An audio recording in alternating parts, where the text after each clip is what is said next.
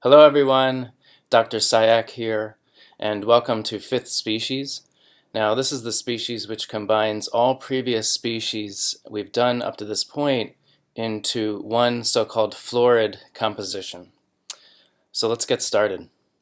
Okay, here we are, species 5, florid counterpoint.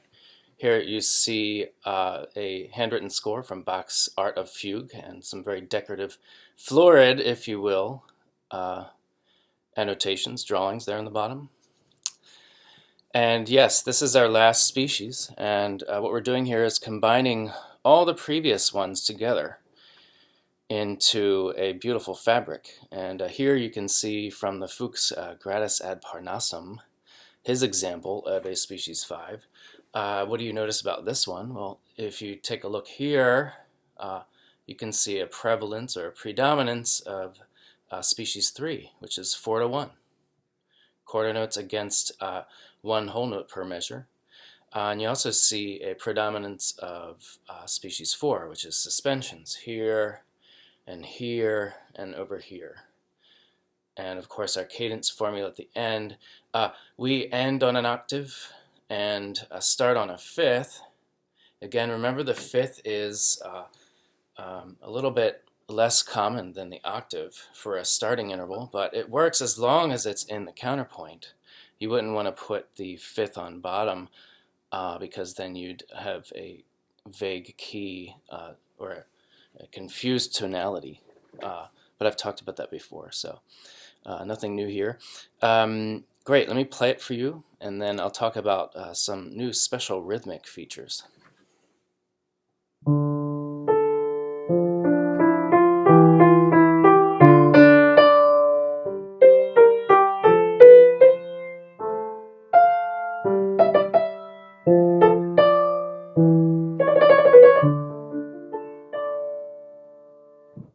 Of course, for fun, I add some decorative ornaments there at the end, but that's the gist of it.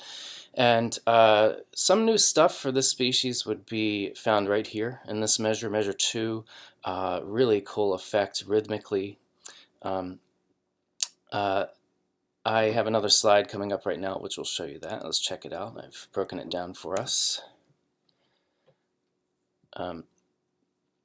This special rhythmic feature 1 that's new to this species is the tied half note across the bar to a quarter note and then having 3 quarter notes afterwards. You can see that not only here in this measure but also in the red box here. It's a great effect because what it does is it propels the musical momentum, the rhythmic momentum forward a bit by a sort of type of syncopation there. So that's new, and you can use that. Great feature. I use it a lot. It's awesome.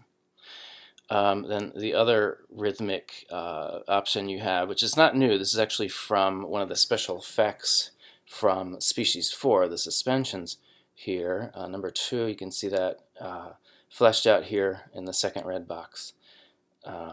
Here, Fuchs is leaping away from the 7th dissonance. Eventually going to the 6th, the resolution right here, but he's leaping away, going to the A here. That's okay, that's one of our special features for species 4. Well, you can use that in species 5, of course, because again, we're combining them all together. Notice that also if you look at from the bass up to the soprano, these 2 notes, you get a first inversion D minor chord. You always want to go for a first inversion triad when you make the leap away from the 7th like this. In this particular case. There's also cambiata, but I'll talk about that later. Let me play these. I'll play it again for you. I'll play from here, the downbeat of this measure, and you can hear this rhythmic option in motion. Kind of a nice thing. And then also here's the other one. I'll play from the E at the top.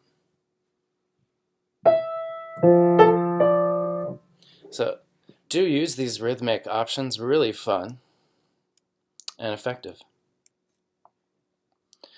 So here's my class example. I went ahead and composed a species 5 based on our class Canis Firmus. The Mozart and other composers have used this one.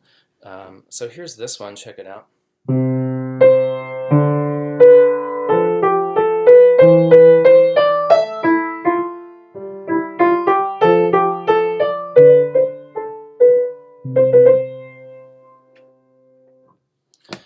starting and ending on our octaves. I call them the bookend octaves.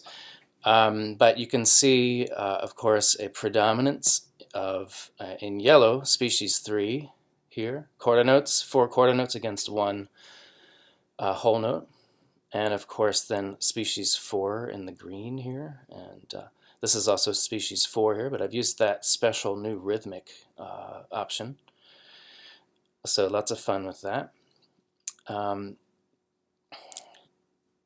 Let's take a look. Let's get the intervals down now because that, of course, shows us what's happening more thoroughly. So let's get our intervals down. And here you can see octave and octave, beginning and ending. You see plenty of dissonances here. You've got a 7 here, 2, 7, and so forth. 7, 7, 2, 7. And we need to make sure that they check out. Now, the dissonances, again, are 2, 4, and 7, those intervals. And they need to be approached and left by step, unless you're doing cambiata or some other special effect. Let's see. Let's circle them and see what we've done. Okay, so here I have all of my dissonances, my 2s, 4s, and 7s circled. And the reason I circle them is to make sure that they're treated with care, approached and left by step. And you see here a leap away from the 7th here in the penultimate measure. Let me play this for you. There's my 7th. I'm leaping away from it. Uh-oh. Is that a problem? No, actually it checks out, and I've got my red check there to prove it. Well, this is called, of course, cambiata, which is from Italian, which means exchange.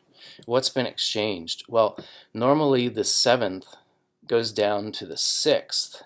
And what we've done is we've exchanged the 6th with the 5th. Just temporarily. These two right here are exchanged.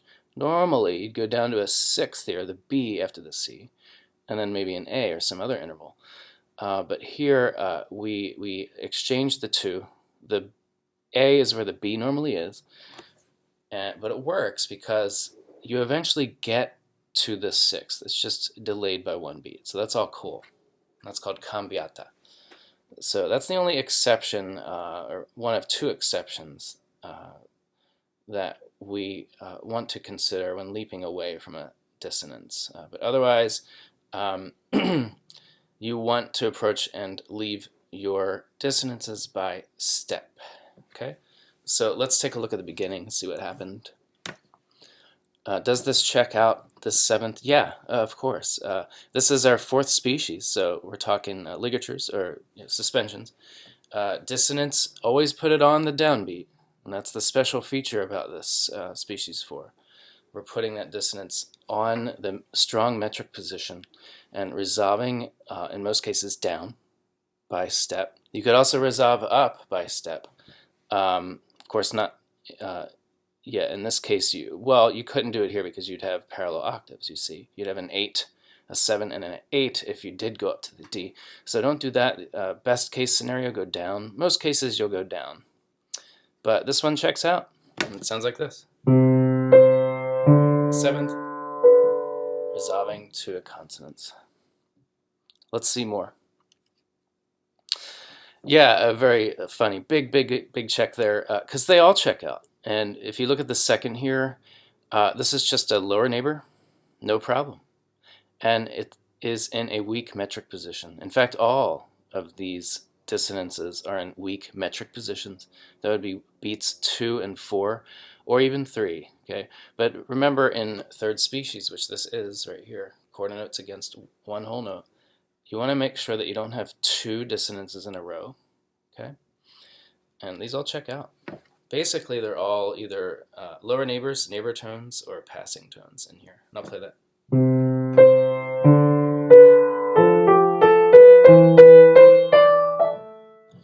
And I was also at first not sure about this 5th because I'm approaching it in similar motion. Listen to that right there. I'll play from measure 4.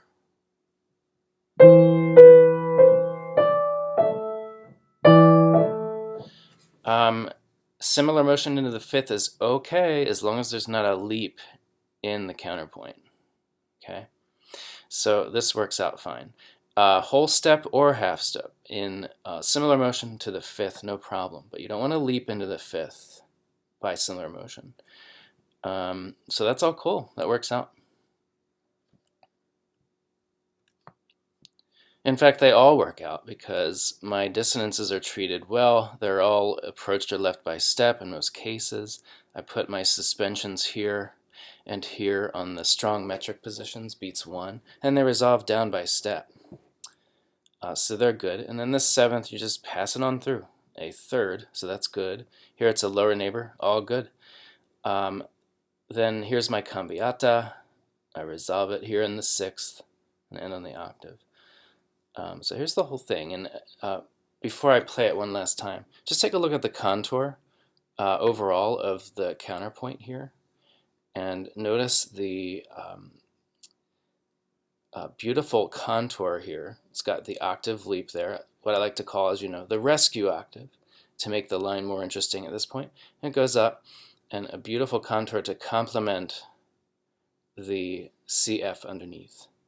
And another point I can make, the apex, or the focal point of this CP counterpoint on top, actually matches up with the focal point of the cantus firmus. Kind of cool to do that, see that in action. Doesn't always work out, but did for me this time. What else can I say? Okay, we've got our C. You can see like a skeletal step progression in this melody. C, D, E focal point, and then gradually D here, and then C at the end. So it's a nice sort of arch shape to the contour. Okay, let me just play it, and we'll wrap it up.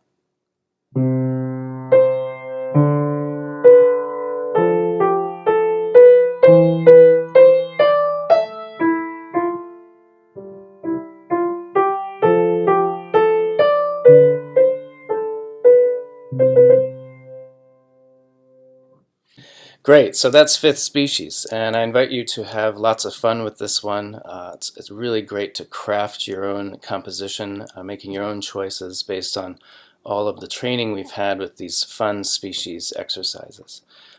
Do feel free to email me at any time with your drafts, and I'm happy to help you with your progress. Okay, have fun, happy composing.